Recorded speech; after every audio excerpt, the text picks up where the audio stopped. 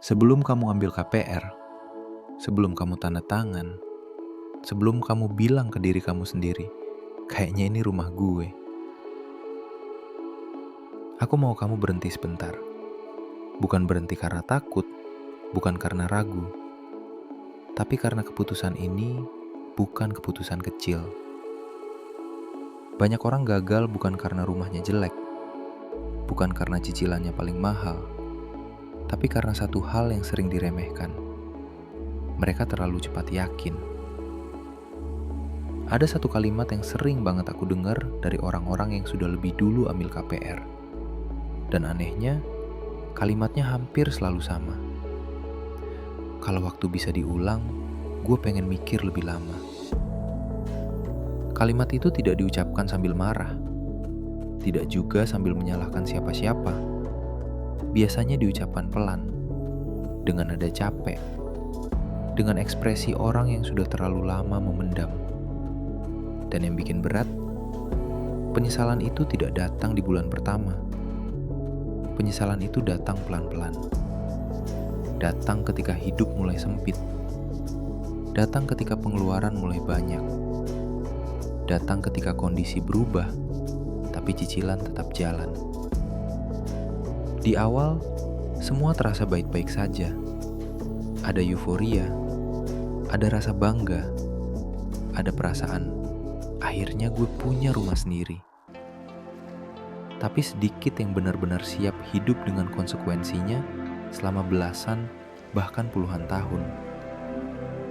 Dan video ini, atau lebih tepatnya monolog ini, bukan dibuat untuk menakut-nakuti kamu. Ini dibuat untuk kamu yang lagi ada di persimpangan. Kamu yang mungkin sekarang lagi mikir, gue sanggup gak ya sebenarnya? Atau cuma ngerasa sanggup karena pengen cepat punya? Kalau pertanyaan-pertanyaan itu ada di kepala kamu, itu bukan tanda kamu lemah. Itu tanda kamu waras. Karena punya rumah itu bukan lomba. Bukan siapa cepat dia menang. Tapi siapa yang paling siap menanggung keputusannya. Ada satu momen yang jarang banget diceritakan orang. Momen ketika kunci sudah di tangan. Ketika foto rumah baru sudah diupload. Ketika ucapan selamat sudah berhenti berdatangan. Dan hidup mulai berjalan normal lagi. Bangun pagi, berangkat kerja, pulang capek, dan setiap bulan ada satu angka yang selalu menunggu, cicilan. Disitulah banyak orang mulai bertanya ke diri sendiri, ini keputusan paling tepat atau cuma keputusan paling cepat? Dan sayangnya, pertanyaan itu sering datang saat tidak ada tombol undo. Jadi sebelum kamu sampai ke titik itu, aku ingin kamu dengar monolog ini pelan-pelan. Bukan untuk menunda mimpimu, tapi supaya mimpimu tidak berubah jadi beban. Selamat datang di Rumah Kita ID. Di sini, kita tidak bicara rumah sebagai simbol pencapaian semata. Kita bicara rumah sebagai keputusan hidup. KPR, bangun rumah, renovasi, sampai hal-hal kecil yang sering dianggap sepele, tapi dampaknya panjang. Banyak orang merasa gagal bukan karena mereka kurang uang, tapi karena mereka tidak diberi cukup ruang untuk berpikir jernih. Terlalu banyak tekanan. Tekanan dari marketing, tekanan dari lingkungan, tekanan dari usia. Masa sih segini belum punya rumah? Dan pelan-pelan, keputusan besar diambil dengan emosi, bukan dengan kesadaran. Rumah Kita ID ada bukan untuk bilang kamu harus beli rumah sekarang. Dan juga bukan untuk bilang kamu harus menunda selamanya. Channel ini ada supaya kamu paham apa yang sedang kamu hadapi.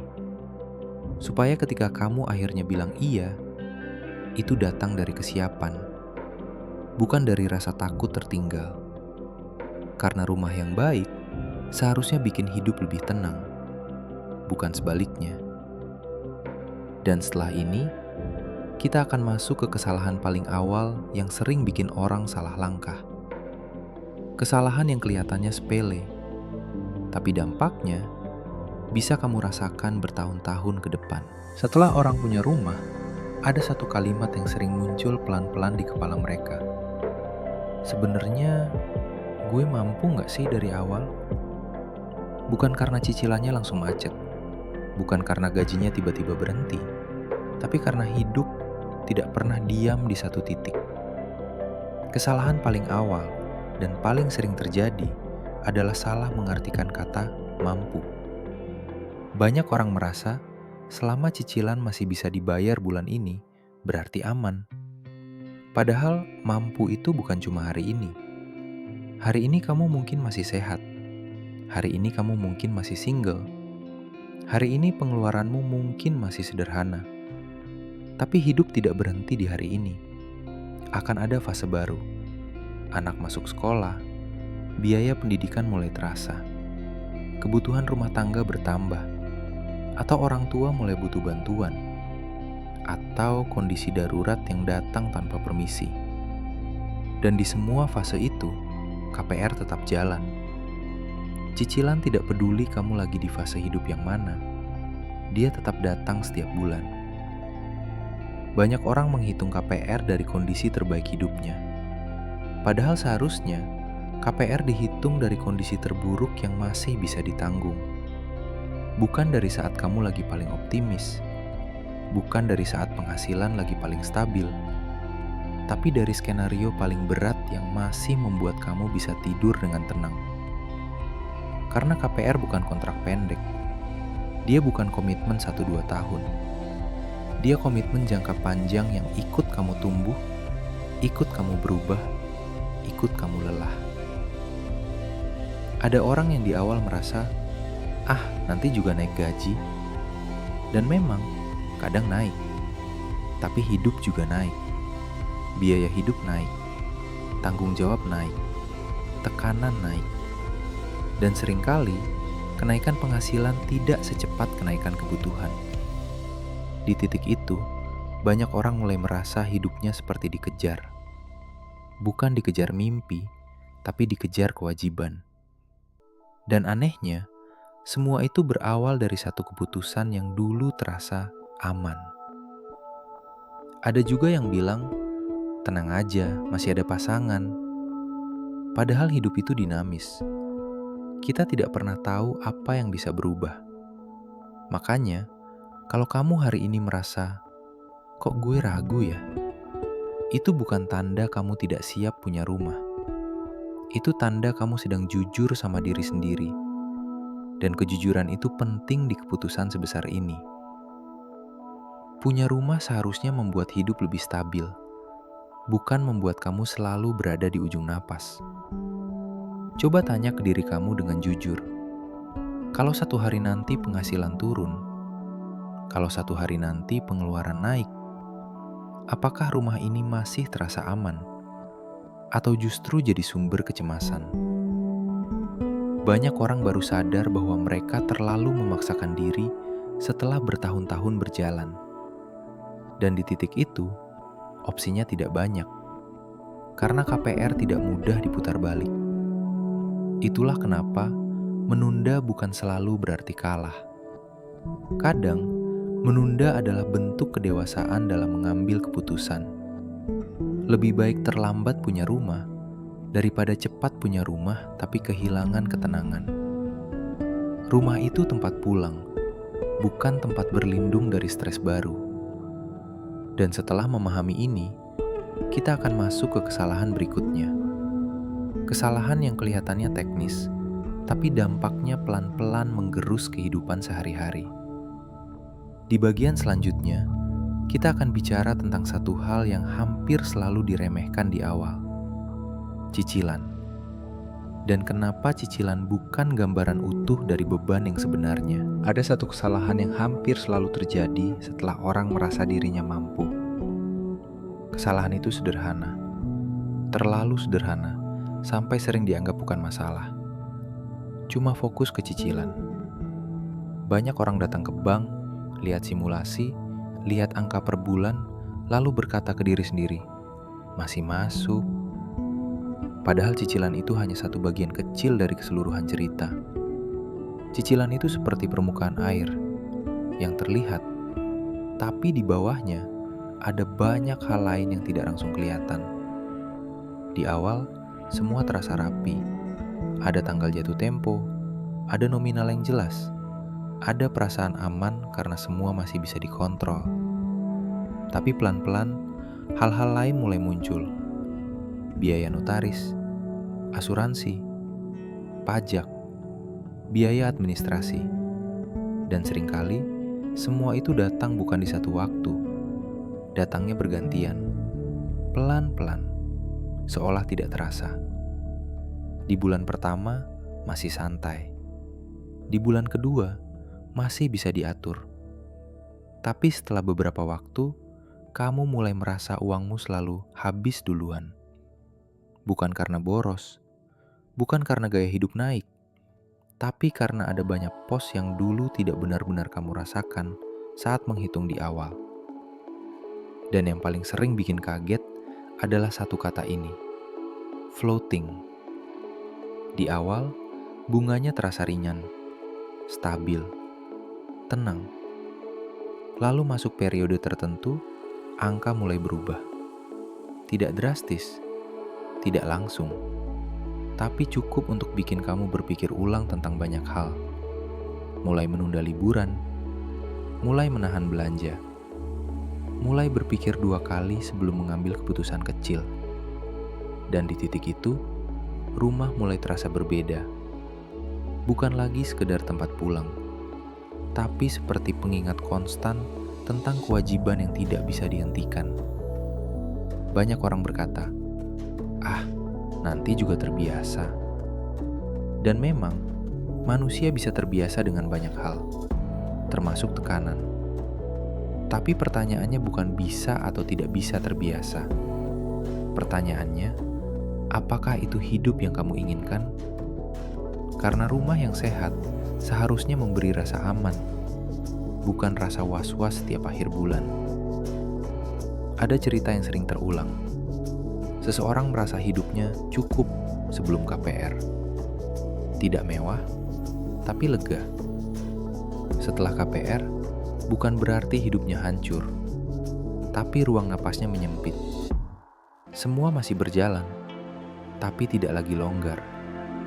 Dan itu tidak langsung terasa di tahun pertama. Seringkali baru terasa di tahun ketiga atau keempat, saat lelah mulai menumpuk, saat rutinitas mulai menekan, saat kamu sadar bahwa hampir semua keputusan hidup harus melewati satu pertanyaan dulu. Kalau gue ambil ini, cicilan aman gak? Di situ, rumah pelan-pelan berubah fungsi. Dari tempat pulang, jadi pusat perhitungan. Dan bukan berarti itu salah. Tapi seringkali, itu terjadi karena perhitungan di awal terlalu optimis. Banyak orang menghitung KPR seolah hidup mereka tidak akan berubah. Padahal hidup justru dikenal karena perubahannya. Karena itu, cicilan tidak pernah boleh dilihat sendirian. Dia harus dilihat bersama dengan keseluruhan hidup, bersama pengeluaran lain, bersama tanggung jawab lain, bersama kemungkinan terburuk yang mungkin datang. Kalau hari ini kamu masih di tahap menghitung, jangan hanya bertanya, bisa bayar berapa per bulan? Tapi tanyakan juga, kalau hidup menekan, apakah rumah ini masih terasa aman? Karena perbedaan antara rumah yang menenangkan dan rumah yang memberatkan seringkali hanya selisih cara berpikir di awal. Dan setelah memahami ini, kita akan masuk ke bagian yang paling sering memicu emosi. Bagian di mana banyak orang berkata, gue ngerasa dibohongi. Bukan karena mereka benar-benar ditipu, tapi karena mereka tidak siap menghadapi cara dunia properti bekerja. Di bagian berikutnya, kita akan bicara tentang developer, tentang brosur, tentang janji, dan tentang tekanan yang sering membuat orang mengambil keputusan terlalu cepat. Ada satu fase yang hampir selalu dilewati sebelum seseorang benar-benar yakin mengambil KPR. Fase itu bukan soal hitung-hitungan, bukan soal angka, tapi soal rasa. rasa yakin, rasa percaya, rasa kayaknya aman. Dan di fase inilah, banyak keputusan besar diambil bukan karena data, tapi karena tekanan. Tekanan yang sering datang dengan wajah ramah, brosur yang kelihatan rapi, rumah contoh yang kelihatan sempurna, marketing yang bicara meyakinkan, kalimat-kalimatnya hampir selalu mirip. Unit tinggal sedikit, Pak. Harga naik bulan depan. Kalau sekarang booking, bonusnya banyak. Dan di titik itu, banyak orang mulai merasa kalau mereka tidak cepat, mereka akan kehilangan kesempatan. Padahal rumah bukan flash sale. Rumah bukan barang diskon yang kalau terlambat 1 hari tidak akan datang lagi. Tapi tekanan itu nyata. Apalagi kalau kamu sudah lama ingin punya rumah. Sudah capek ngontrak. Sudah sering dibandingkan dengan orang lain. Di situ, akal sehat sering kalah oleh rasa takut. Takut ketinggalan. Takut harga makin mahal. Takut tidak kebagian. Dan pelan-pelan, keputusan besar diambil dengan alasan daripada nyesel nggak beli.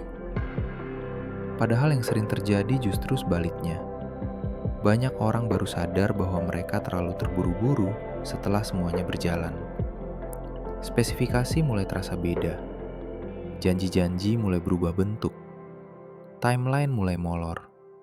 Dan di titik itu, muncul kalimat yang berat di hati.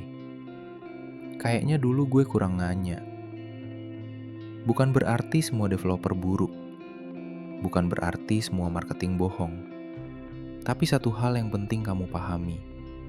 Kepentingan kamu dan kepentingan developer tidak selalu sejalan. Tugas mereka adalah menjual unit. Tugas kamu adalah melindungi masa depanmu. Dan dua tugas itu tidak selalu bertemu di titik yang sama. Itulah kenapa kamu tidak boleh hanya mengandalkan rasa percaya. Percaya itu penting, tapi percaya tanpa verifikasi adalah undangan masalah. Ada satu kesalahan yang sering dianggap remeh karena kelihatannya urusan nanti. Legalitas, sertifikat, status tanah, IMB atau PBG. Banyak orang berpikir, nanti juga beres. Padahal urusan legalitas tidak pernah sederhana kalau dari awal sudah bermasalah. Ada kasus di mana rumah sudah ditempati, cicilan sudah jalan, tapi sertifikat belum jelas. Dan itu bukan cerita 1-2 orang. Masalahnya, legalitas itu tidak terasa dampaknya di hari pertama. Tidak juga di tahun pertama. Dampaknya baru terasa saat kamu ingin menjual. Atau saat kamu ingin meminjam lagi. Atau saat ada konflik yang tidak kamu bayangkan sebelumnya. Dan di titik itu, opsi kamu sangat terbatas. Karena KPR sudah berjalan. Karena rumah sudah ditempati. Karena hidup sudah terlanjur menyesuaikan. Makanya, jangan pernah merasa berlebihan kalau kamu banyak bertanya. Jangan pernah merasa tidak enak kalau kamu minta salinan dokumen. Kalau ada pertanyaan yang dijawab berputar-putar, itu bukan tanda aman. Itu tanda kamu harus berhenti sejenak dan berpikir ulang. Developer yang sehat tidak akan keberatan dengan pembeli yang kritis. Karena pembeli yang kritis biasanya adalah pembeli yang siap. Dan satu hal penting yang sering luput. Rumah yang kamu beli akan kamu tinggali bertahun-tahun. Sedangkan marketing mungkin hanya akan berinteraksi dengan kamu beberapa minggu saja. Setelah itu, yang hidup dengan keputusan itu bukan mereka, tapi kamu. Kalau hari ini kamu merasa, kok gue ragu ya? Itu bukan karena kamu terlalu ribet. Itu karena naluri kamu sedang bekerja. Dan naluri itu layak didengar. Karena keputusan rumah bukan soal cepat atau lambat, tapi soal tepat atau tidak. Di bagian selanjutnya, kita akan bicara tentang hal yang sering dianggap sepele karena kelihatannya teknis. Lokasi, lingkungan, akses. Hal-hal yang sering dilewati karena terlihat nanti juga bisa disesuaikan. Padahal justru di sanalah kualitas hidup kamu pelan-pelan dibentuk. Setelah bicara soal cicilan, developer, dan legalitas, ada satu hal yang sering dianggap sepele karena terlihat sederhana. Lokasi. Banyak orang memilih rumah karena satu alasan utama. Harganya lebih murah. Dan itu wajar. Tidak semua orang punya opsi untuk tinggal di lokasi ideal. Tapi masalahnya bukan murah atau mahal. Masalahnya adalah apa yang kamu tukarkan dengan harga itu. Lokasi bukan cuma jarak di peta. Lokasi adalah waktu, energi, dan kualitas hidup. Rumah yang terlalu jauh mungkin terasa oke di awal. Masih semangat, masih kuat di jalan, masih optimis. Tapi hidup itu bukan 1-2 bulan. Setelah setahun, 2 tahun, 3 tahun, perjalanan yang panjang mulai terasa melelahkan. Bangun pagi lebih cepat, pulang lebih malam. Waktu di rumah makin sedikit. Dan pelan-pelan, rumah yang harusnya jadi tempat istirahat malah terasa seperti tempat singgah. Ada juga hal lain yang sering baru terasa setelah ditempati. Lingkungan, akses jalan, kondisi sekitar, dan banjir. Banyak orang baru sadar tentang kondisi lingkungan setelah musim hujan datang. Dan di titik itu, opsinya tidak banyak. Karena rumah sudah dibeli, karena KPR sudah jalan. Makanya, kalau kamu sedang survei, datanglah di waktu yang berbeda. Pagi, sore, dan kalau bisa, saat hujan. Bukan untuk mencari yang sempurna, tapi untuk tahu apa yang benar-benar kamu hadapi. Ada satu hal lagi yang jarang dipikirkan di awal. Rumah itu bukan cuma tempat tinggal, dia juga aset. Dan aset yang baik memberi kamu pilihan. Banyak orang tidak pernah bertanya, kalau suatu hari mau dijual, rumah ini laku nggak? Padahal hidup bisa berubah. Pindah kerja, pindah kota, kondisi keluarga berubah. Di situ, rumah yang baik akan memberi kamu fleksibilitas. Sedangkan rumah yang salah akan mengikat kamu terlalu kuat. Bukan berarti kamu harus beli rumah yang paling mahal. Bukan berarti kamu harus cari yang paling strategis. Tapi kamu perlu berpikir selangkah lebih jauh dari hari ini. Sekarang, sebelum monolog ini benar-benar selesai, aku ingin kamu mengingat satu hal sederhana. Tidak ada rumah yang sempurna. Yang ada adalah rumah yang paling masuk akal untuk hidupmu. Dan supaya kamu tidak terseret oleh emosi sesaat, aku ingin tinggalkan kamu dengan satu checklist sederhana. Bukan untuk dihafal, tapi untuk direnungkan. Pertama, hitung KPR bukan dari kondisi terbaikmu, tapi dari kondisi terburuk yang masih bisa kamu tanggung. Kedua, jangan cuma lihat cicilan, lihat keseluruhan beban hidup. Ketiga, jangan terlalu percaya janji, percaya data dan dokumen. Keempat, jangan remehkan lokasi dan lingkungan, karena itu akan kamu jalani setiap hari. Kelima, selalu tanyakan satu hal ini ke diri sendiri. Apakah rumah ini membuat hidupku lebih tenang? Kalau jawabannya iya, lanjutkan. Kalau jawabannya ragu, tidak apa-apa untuk berhenti.